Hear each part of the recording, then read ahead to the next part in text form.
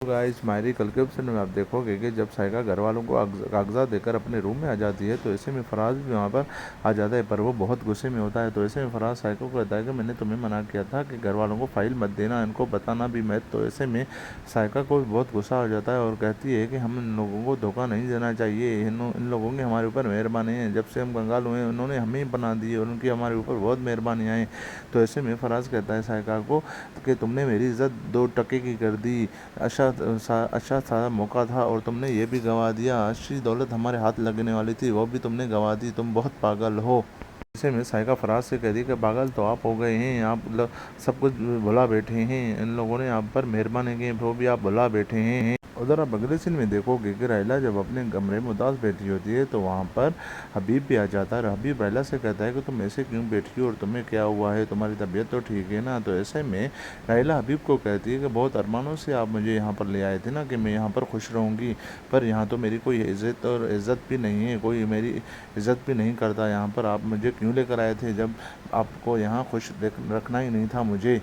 जैसे मैं वहाँ रह रही थी वैसे ही यहाँ पर रह रही हूँ, कोई फ़र्क नहीं आया।